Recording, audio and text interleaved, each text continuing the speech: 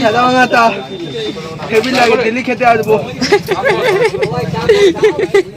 তো খেলা ভাঙাটা ডেলি খাবো, তোমাদের পড়া চা খাবো। Hey guys, good morning, welcome back to my blog. তো গাইস, আজকের ব্লগটা শুরু হচ্ছে আমাদের ছাদ থেকে। আর পিছনে দেখতে পাচ্ছ, পিছনে এগুলো মা বড়ি দিয়েছে। এগুলো ওই বাড়ি খাওয়ার জন্য টুকটাক অল্প কটা বড়ি দিয়েছে। আর গাইস, এত পরিমাণ ঠান্ডা যে ছাদে না এসে টেকা যাচ্ছে না। একটু রোদের মধ্যে দাঁড়িয়েছি, তাই একটু শরীরটা না একদম ফ্রেশ ফিল হচ্ছে। গাইস, আমাদের ছাদে আবার একটা ক্যাকটাস গাছ আছে। আজ থেকে কম করে না হলেও 7-8 বছর আগে, 7-8 বছর হয়তো হবে না, 5-6 বছর আগে মা বাড়ির থেকে একটা ক্যাকটাসের ছোটো টুকরো নিয়ে আসি আমাদের মা বাড়ির ছাদের থেকে, বসিরহাট থেকে। তো সেই ছোটো ক্যাকটাস থেকে এত বড় ক্যাকটাস হয়েছে আজকে। মানে আমি শুনেছিলাম যে যখন মানে বৃষ্টি টিষ্টি হয়, মানে ঝড় বিদ্যুৎ করে, এই ক্যাকটাস গাছ থাকলে ওপর থেকে বাজ পড়ে না, সেই কারণে আমি এটা করেছিলাম। তা সেটা সত্যি কি মিথ্যে আমি ঠিক জানি না। যদি কেউ জেনে থাকো তাহলে সেটা আমাকে জানাও যে এটা সত্যি কি মিথ্যে। আদৌ কি ক্যাকটাস রাখলে কি ওপর থেকে বাচ্চাদের থেকে রক্ষা পাওয়া যায় কি পাওয়া যায় না সেটা আমি জানি না। পেটের মধ্যে তো সেইরাম চড়ে ইঁদুর দৌড়াচ্ছে, সেটা তোমরা জানোই। সকালবেলা আমার ঘুম থেকে ওঠার পরে চা খাওয়ার পরে আমার পেটে ইঁদুর দৌড়াবেই, কিছু না কিছু আমার খেতেই হবে। তো দিদি নিচে মাংস গরম করছে, এখন যাবো রুটি দিয়ে মাংস দিয়ে এখন চাপের করে খেয়ে নেবো। যেখানে আমি রুটি আর মাংস নিয়ে নিয়েছি, আর দিদি এখানে ভাত আর মাংস নিয়ে নিয়েছে। মাছটা এখন খাওয়া দাওয়া করবো, খাওয়া দাওয়া করার পরে তারপরে একটু বেরোবো। বেরিয়ে শুনলাম মাচা নাকি তুলে দিয়েছে আমাদের। আগের দিন গ্রুপে প্রতাপদা ফটো দিয়ে দিয়েছে যে মাচা উঠে গেছে, সেটা গিয়ে দেখতে যাবো, তোমাদেরও দেখাবো। এটা খুব একটা বুকে আঘাত লাগলো আমার মাচা তুলে দেওয়ার ফটোটা দেখার পরে। এখন খাওয়া দাওয়া করি, তারপরে বেরোই। এখন যেতে চলেছি সেই মাচার দিকে, মানে মাচা তো এখন আর নেই, সেই যাবো মুকুল মিয়ার বাড়ির দিকে। তার আগে মাচাটা একটু দেখবো, মাচা কি আছে না আছে। সবাই বলছে মাচা উঠিয়ে দিয়েছে, আমি ফটো দেখলাম, ওটা একটু খারাপ লাগছে, কি আর করা যাবে। ঠিক আছে, চলো যাই। এই যে আমাদের মাচা এখান থেকে উড়ে গেছে, মাচা আর নেই, মাচা একদম গ্যাটিস। এখানে বসতাম, কালকে পর্যন্ত ছিল, কিন্তু এখন আর নেই। গাইস, মাচা তো তুলে দিয়েছে, কি আর করা যাবে। একটুখানি মনটা খারাপ আছে, কারণ যেখানে বসতাম, যেখানে থাকতাম, আড্ডে আর কি মারতাম, জামাইয়ের পিছনে লাগতাম, সেই জায়গাটা আর নেই।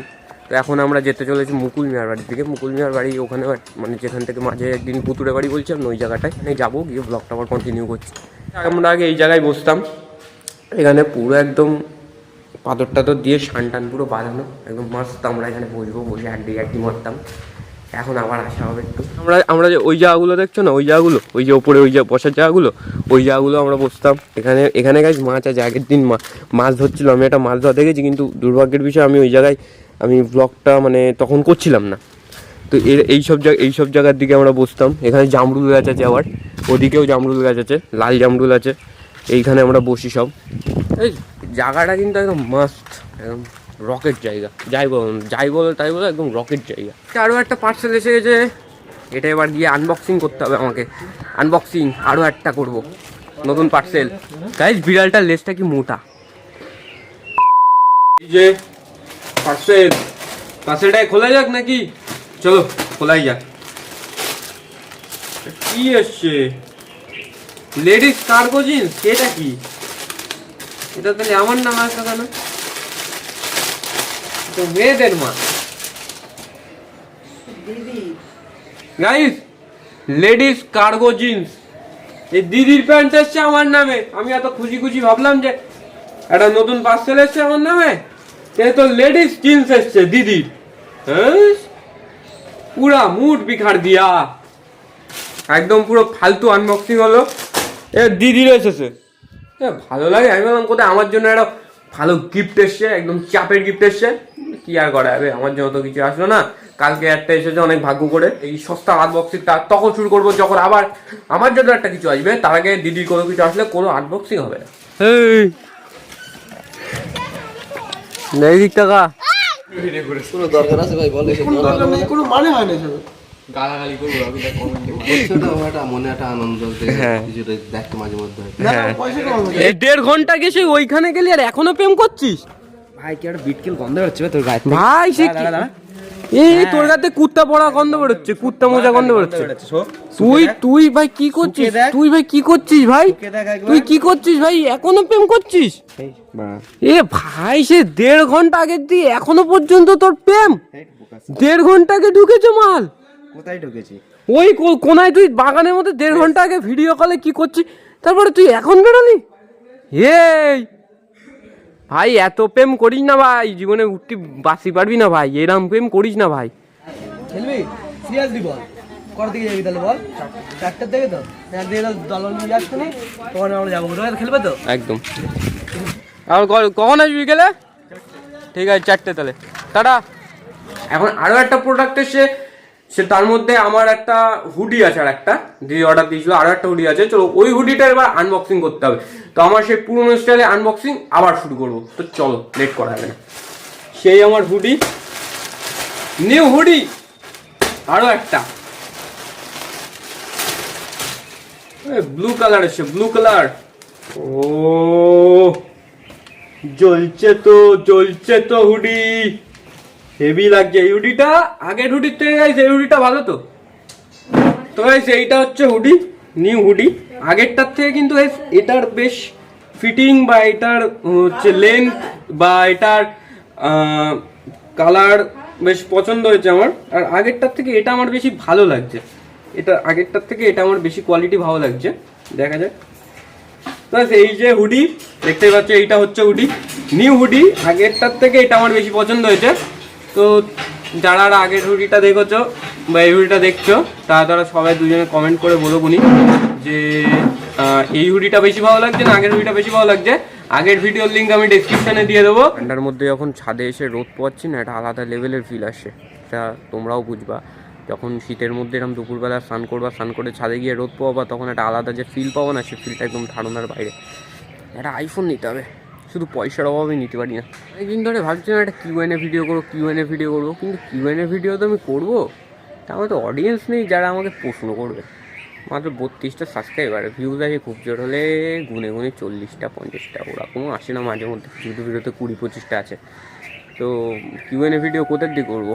20-25 জনের মধ্যে কেউ কমেন্টই করে না। মাঝে মধ্যে 2-3 জন আছে গোনাফেরা যারা কমেন্ট করে মাঝে মধ্যে, কিন্তু তারা 2-3টে কমেন্টের উত্তর দিয়ে কিসের আর কিউএনএ ভিডিও? 1-2 মিনিটের ভিডিও করবো নাকি থরি? তো আর কিউএনএ ভিডিও তো করা হবে না। দেখা যাক কবে হয়।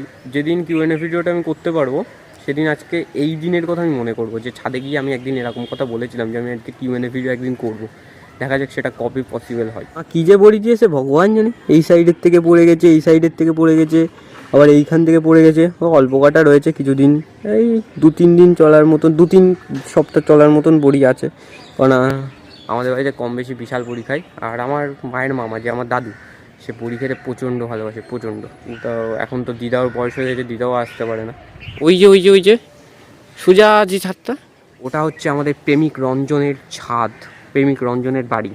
মাল এখন বাড়ি নিয়ে মাল কাজে গেছে, নাহলে ও এই সময় দুপুরবেলা স্নান করে ওখানে বডি অয়েল মেখে ড্যান্স করে। মাঝে মধ্যে দেখি, ভিডিও করেও ভাবি, কিন্তু সে ভিডিও করার কথা মাথায় থাকে না। মানে তখন হয়তো আজ আমি ভিডিও করতাম না। বল চবে বল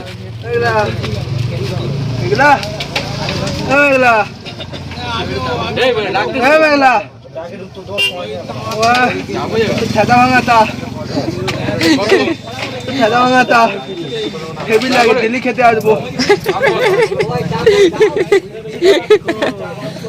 এলা তো ঠেলা ভাঙাতা, দিল্লি খাবো, আমাদের পাড়া টা খাবো।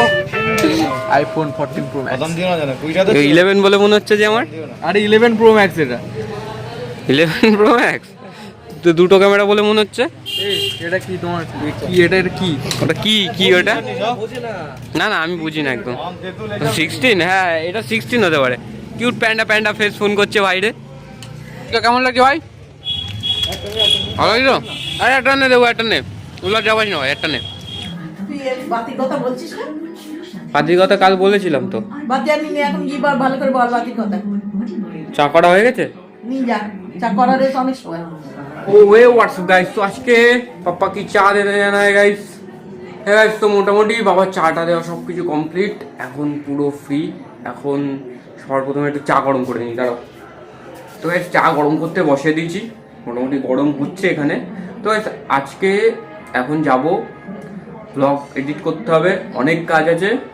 আর মা চা তুলে দিল, তার জন্য মনে তো একটু দুঃখ লাগছেই, কি আর করা যাবে। তো আজকের এই ব্লগটা এই পর্যন্ত, আবার দেখা হচ্ছে নতুন একটা ব্লগের সাথে। ততক্ষণ জন্য tata, good bye, see you tomorrow, by.